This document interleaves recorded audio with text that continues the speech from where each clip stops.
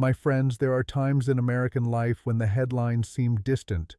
Cold, official words about law, power, or the shuffle of cabinet chairs in Washington. Yet sometimes, those headlines carry a much heavier weight, an echo that finds its way into family kitchens, onto main streets, and into the hearts of people who don't think much about politics, but who know what it means when authority fails or trust frays. Today, I speak to you at one of those moments. The President has dismissed the Secretary of Homeland Security, Kristi Noem, the highest officer in charge of home safety and order. In her place stands Senator Markwayne Mullin, awaiting confirmation, pledged to enforce the toughest border policies and hold firm against the world. Is this simply politics as usual, or is something more vital at stake? Let me set the table as plainly as I know how. Secretary Noem's removal follows days of hard, questioning hearings in Congress. Across the aisle, lawmakers, not just from one party, but both, pressed on questions of principle, duty, and the real cost of keeping America safe.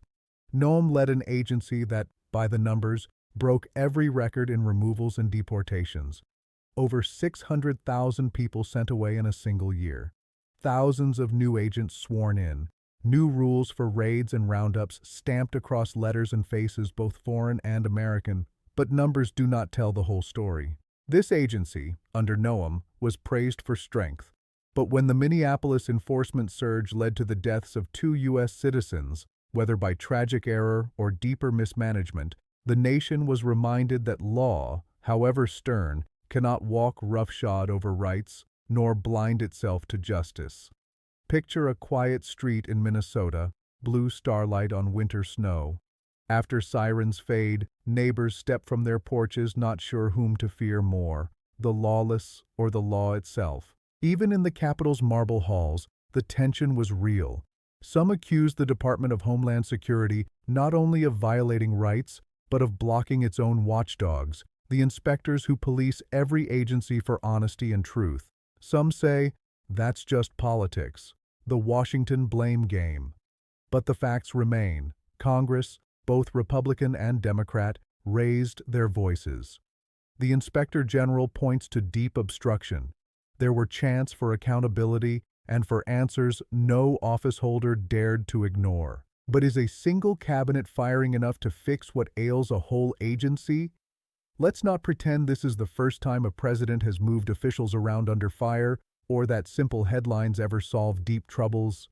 The real question is whether this change is about finding justice or just finding cover. Imagine a young Border Patrol agent, boots caked in dust, reading that their boss has been replaced. Does it mean their orders change? Or will business carry on as always, consequences fading as papers are shuffled? Some will ask, what are we to make of Senator Mullin, now poised to lead? He is known as a loyal man, fierce for the president's goals, and praised for standing strong. Yet many in the Senate whisper doubts, for he lacks experience in such a broad, tangled office. As lawmakers prepare to question him, the role of government comes squarely to the front. Here is a moment for honest reckoning. When a leader is called to face the music, is the tune played for public peace or against it? And do urgent needs excuse broken trust? This is where moral urgency grows. Each day the Republic runs on a system, not just laws but habits of duty and balance. If inspection is blocked, if oversight is bent out of shape, the people do not see the gears grinding, but they feel the tremor. Picture a family gathered at an old wooden table, pie cooling in the kitchen window. The mother listens for news on the radio, uncertain if tomorrow will bring order or confusion. What happens when faith in law shrinks and fear grows in its place? What becomes of neighborhood calm if folks feel their own government is swinging too hard or hiding too much? In every town, a new Shield of the Americas initiative is spoken of, but the details are few.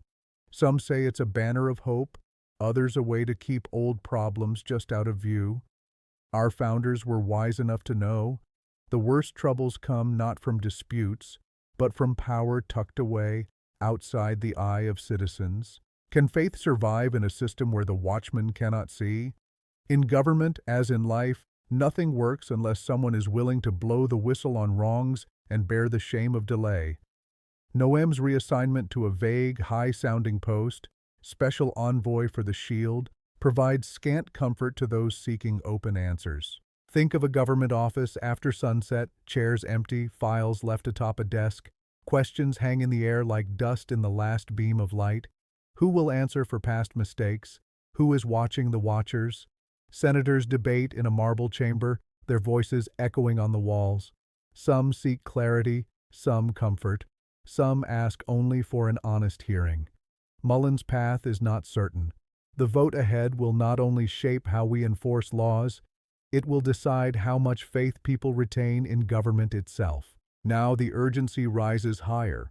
What is at risk if power moves unchecked, if America First becomes less a principle and more a shield for error? Does the next storm or terror or disaster find us stronger or more divided? Imagine a television glowing in a small living room, children asleep upstairs. The father reads headlines about shutdowns, firings, and raids. What kind of republic are we passing on if the rules bend and shift, but truth is left behind? Some will say, but senator or secretary, agency or envoy, these things are far beyond the reach of an ordinary life. Yet that is never so. Each link in government touches home, in school doors opening, in storms weathered, in freedom kept or justice lost. Let me return for a moment to the people whose stories are written in the lines between these headlines, not just the famous in marble halls, but the quiet, ordinary Americans who feel each shift of policy as a draft under their door. Imagine the morning after a firing or a vote. In a small town, Superintendent Ramirez reads the news at her desk, wondering how new enforcement orders might ripple through her schools. She sees the names of neighbors on deportation lists and feels caught between duty to the law and loyalty to children she's watched grow up. Somewhere farther south, a father tightens his belt while watching the TV flicker in the corner of his workshop. He shakes his head at the shouting heads and says a silent prayer. Will his business face more rules, or will old ones go unchecked and bring danger through his doors instead? Picture a city street at dusk, lights blinking on one by one. Out on patrol, two police officers trade glances, uneasy about another round of agencies changing hands. If accountability in high places falters, will people trust the judgments made at the curb or behind the precinct door? Across America, real lives hang in the balance. Perhaps the biggest question is not whether the agency will be tougher or softer, but whether it will be open, answerable, and just. No president, no secretary, no law can substitute for the steady presence of honest self-examination. Yet here is the contradiction that strikes deep. We are told the system works, that safeguards and oversight always stand ready. But every time a watchdog's warning gets shunted aside, or a leader is quietly hidden away in a new job instead of asked to answer, the nation takes note. How can trust be built if every error is met with a closed conference room? Some ask, does checking power weaken it? The only answer, through all our years as a republic, is that unchecked power, even in the name of order, leads not to peace, but decay. If abuses go unanswered, one day it is only headlines, but soon it is daily life turned upside down. Remember, America's strength is her unity. But unity cannot live where suspicion grows, nor flourish if those in high office are shielded from view. If inspectors are ignored, who will safeguard tomorrow's rights? A house kept in darkness breeds only confusion and fear. A question now hangs in the air, stiffer with each passing hour. Will the next secretary be more than a shield for the president, or merely a mouthpiece with no real independence? For every senator listening, for every citizen waiting, the answer matters greatly. What comes next may set a pattern for years. If Senate hearings hold fast and question fiercely, not with malice but with disciplined hope, then perhaps the line will hold. If the shield of the Americas is built in haste and veils the truth, future leaders may find only deeper mistrust and a weaker core. The bridge between safety and freedom is narrow, and those who walk it must do so every day, not once, or in good weather only. The Republic needs men and women willing to speak up, even when silence might bring less trouble in the short term. My friends, I urge you, Do not lose sight of the real prize. Not all news is black and white. The firing of a secretary, the appointment of a new chief, the launch of a security banner, all these are steps, not solutions. The heart of the matter will always be simple and hard. Will those with power answer to the people, or only to the next order from above? Will rights merely bend, or will they break? Think of all those families gathered around living room radios over the years, hearing word of distant officials making choices that shaped their fates. I remember evenings as a boy, listening with hope and worry both, as fathers and mothers wondered whether the day's news would bring a knock at the door or a greater sense of safety. Accountability, not just in the moment, but as a way of life, is the only true security. If the new secretary works in sunlight, willing to answer, to reform, and to heed the voices of critics and supporters alike, faith can grow back stronger. If the appointment merely moves the problem out of sight, harm will deepen with time. Let me remind you of something else, a story as old as America. In times of trouble, neighbors look to each other first. When government seems distant or uncertain, it is the teacher who stays after school to comfort a scared child, the nurse who tends patients with care and pride, the farmer who waits for a fair deal, believing still that his voice matters. These are not small things.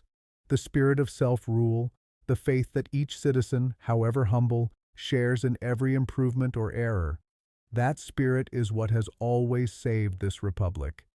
History has seen this before. In every age, when systems strain and trust trembles, it has been the steady call for openness and reform, not blind loyalty to office holders, that restored the balance. But what then do we do as citizens? First, we must keep our eyes open and our minds clear. Do not be swept up by anger nor lulled by comfort. Engage with the facts, all of them, not just the ones that flatter hope or give comfort to fear. Second, let us always ask, are we moving closer to justice or merely to order? Justice that walks with humility and humility with strength. Third, remember the test of every policy is not its promise, but its effect upon the weak, the small, the voiceless.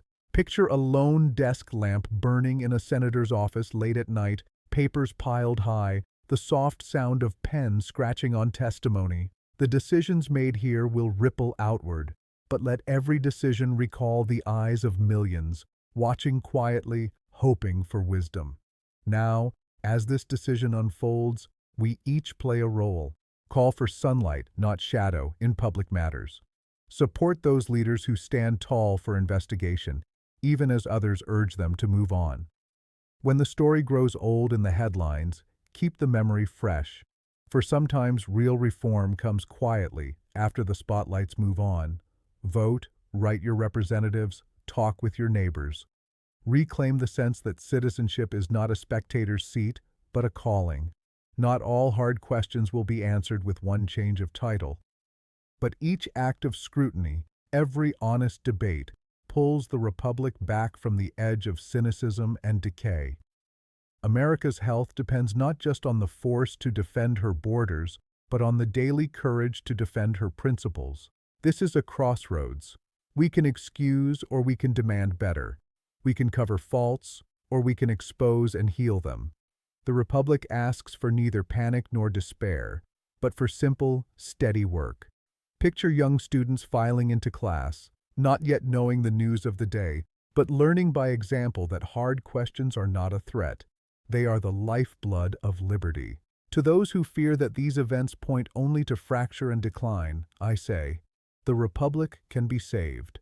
America has weathered storms far worse, and not by tearing ourselves apart, but by holding fast to the promise that reason, decency, and courage are our daily work. Let trust be slowly rebuilt, let openness guide our public life, and let those who serve remember whom they serve. As we close, the burden passes to you and me.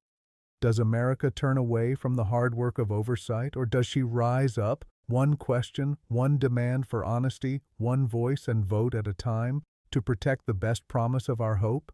Think of the flag outside every school, the lights in every home, and remember, Our strength lies not in power alone, but in the unity bred by trust and truth.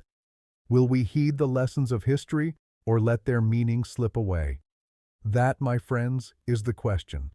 And so I ask, what kind of republic do we wish to leave to those who come after us? Will we, in this moment, answer only to fear or to hope as well? Let our answer be clear. In the patience of oversight, the steadiness of the law, and the humble confidence that sunlight is still the best disinfectant. The days ahead will test us, but in that test, we may find again the true strength of this nation, the honest work of citizens who keep faith with each other and with the Republic itself. America's promise is not yet spent. It is renewed wherever honest people demand it, and wherever hope is not lost. So let us rise to meet the responsibility before us, and let us each ask, in all things, will I be a builder of trust or a bystander to its decline?